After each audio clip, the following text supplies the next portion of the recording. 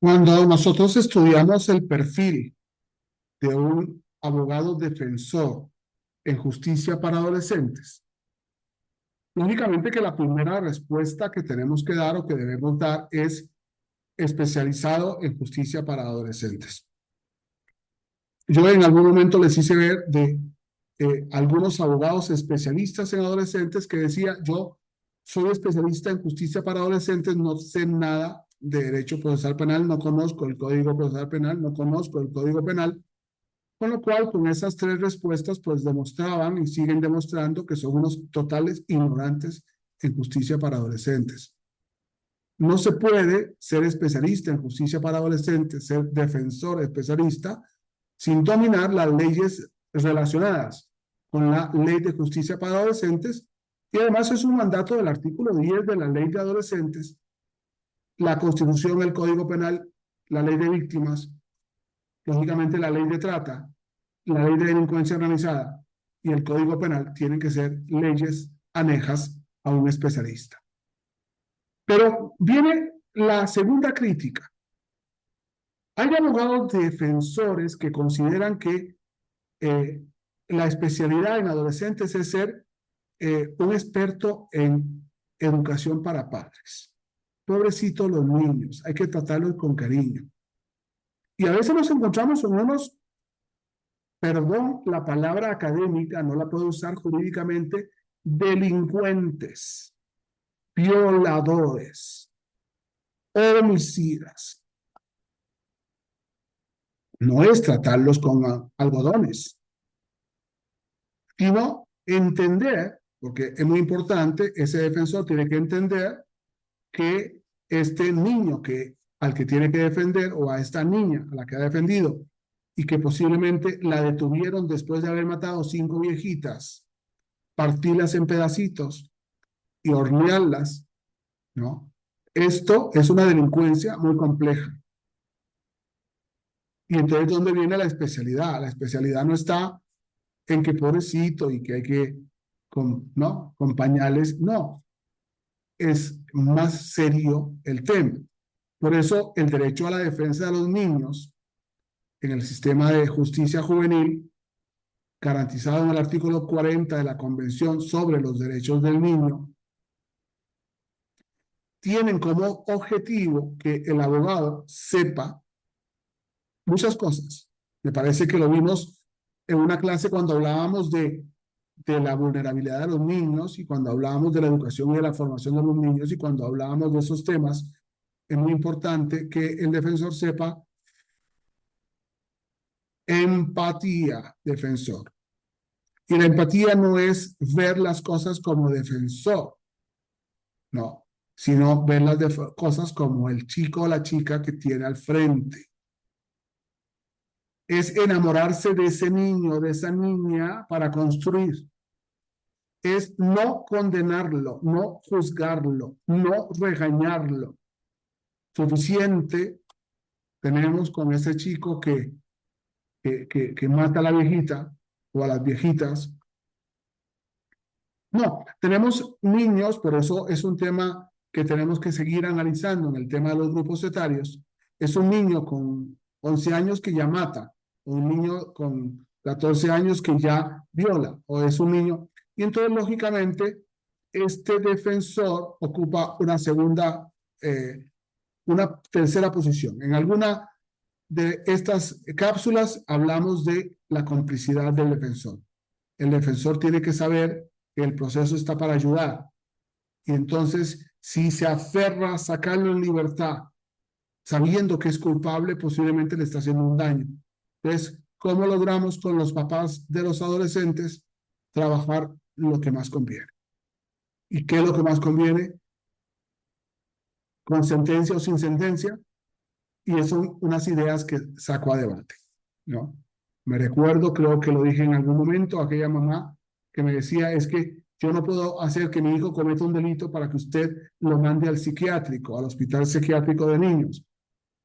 Y entonces yo le dije, tiene razón y me ha convencido, entonces se lo voy a mandar sin sentencia. Pero estoy cometiendo una arbitrariedad. Es muy interesante ese tema de esta mamá.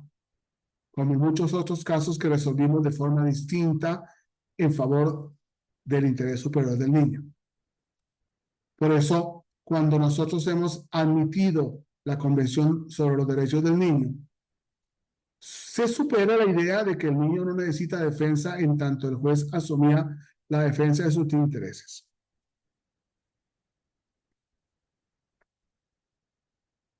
Hay defensa técnica, defensa letrada, defensa material. Y yo como juez tendría que preguntarle al defensor, ¿usted sabe lo que es defensa técnica? Defensa letrada, usted es abogado y posiblemente ya cumple con ser defensa letrada. Felicidades. Pero usted conoce y domina el proceso para adolescentes, no. Conoce y domina el proceso penal, no. Usted domina cómo debe ser la declaración de una ofendida conforme al artículo 275 que se llama pericia especial, no. Usted sabe cuáles son las pruebas anticipadas del 274, no. Entonces usted puede ser abogado, pero le falta defensa técnica. Y la tercera, la defensa material, usted tiene que saber lo que es la prueba de cargo, lo que implica la prueba de cargo, cómo se realiza la prueba de cargo, cuándo la prueba de cargo que hay contra el adolescente es inconstitucional, cuándo ha violado derechos humanos, cuándo es ilegal, y luego cuál es la prueba de descargo. Es muy importante porque si hay prueba de descargo, entonces cuidado que se pierde la fuerza de la prueba de cargo. Ya con esto hemos hablado de unas variables importantes de un abogado defensor de adolescentes. Cuando nosotros leemos la Convención Americana en el artículo 8, en los acápites D y E, se establece algunas garantías judiciales mínimas en relación con el derecho de defensa, tales como el derecho irrenunciable a ser asistido por un defensor proporcionado por el Estado, si el adolescente no se pueda defender por sí mismo, ni nombrar el defensor dentro del plazo establecido por la ley. Es muy importante hacer ver que esta convención es inconstitucional y es ilegal, porque ningún adolescente ni ningún imputado se puede defender en México por sí solo. De hecho, el artículo 20, apartado B, fracción octava, dice que el imputado, adolescente o no, tiene derecho a un abogado defensor cuando lo quiera y cuando no lo quiera. Cuando pueda y cuando no pueda.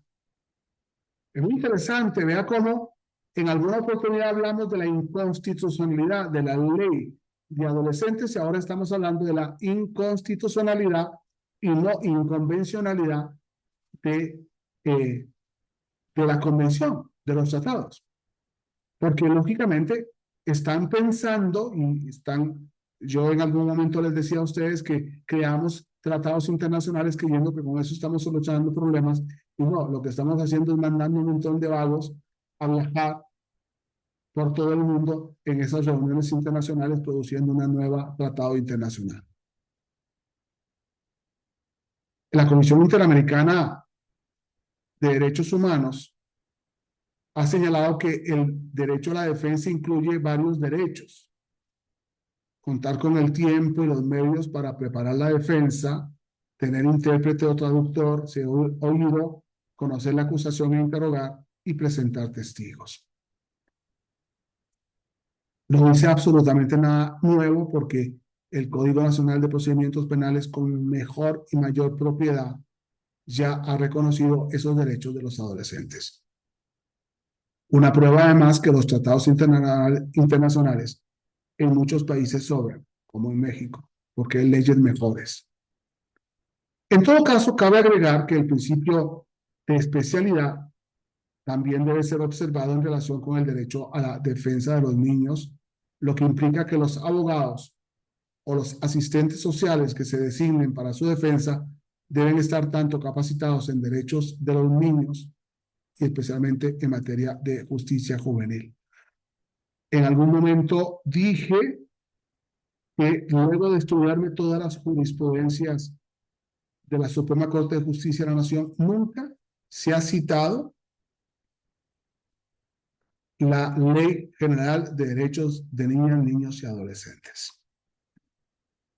En mi contacto con abogados defensores, muchos, y no quiero decir quiénes, que además son prepotentemente defensores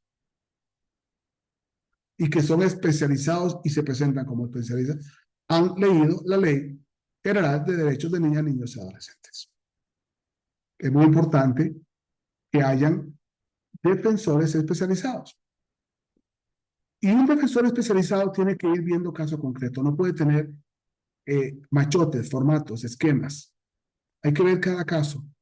Porque yo puedo tener un adolescente de 14 años que mató a toda la familia, le pegó fuego a la casa, y es un chico que necesita un excelente defensor.